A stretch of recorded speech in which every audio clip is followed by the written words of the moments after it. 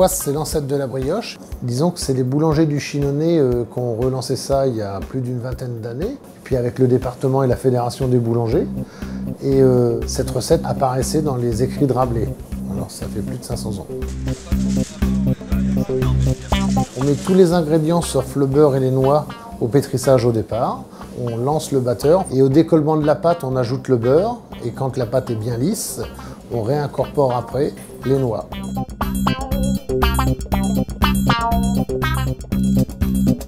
Cette pâte faite, on la décuve, on la met dans une bassine et on la met au frigo pendant 1 ou 2 heures. La pâte va se détendre encore plus, on la rabat sur elle-même pour lui donner un petit peu de force et on la met au frigo pendant à peu près 12 à 20 heures avant de la retravailler à froid. Et le lendemain, on travaille ça comme une brioche, on pèse des petits morceaux, on fait des petites boules, on les laisse pousser et après on les cuit dans un four doux, à peu près à 210 degrés pendant 10 minutes, un quart d'heure, mais pas plus, parce qu'après ça prend trop de couleur.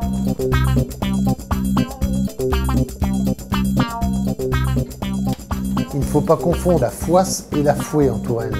On a 2 produits à défendre. La fouasse, c'est un dérivé de la brioche et la fouée, c'est une pâte à pain qui servait de thermomètre pour voir la température du four de boulanger. Il en mettait un petit morceau de pâte dans le four le matin pour voir à quelle température était son four, à la vitesse où il cuisait son truc, c'est-à-dire que ça cuisait d'un coup de fouet.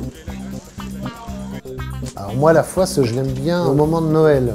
Parce que se faire une petite assiette avec un foie gras de Touraine et une poire tapée et 2 petites fouasses légèrement tièdes dans chaque assiette, une salade de mâche, c'est génial.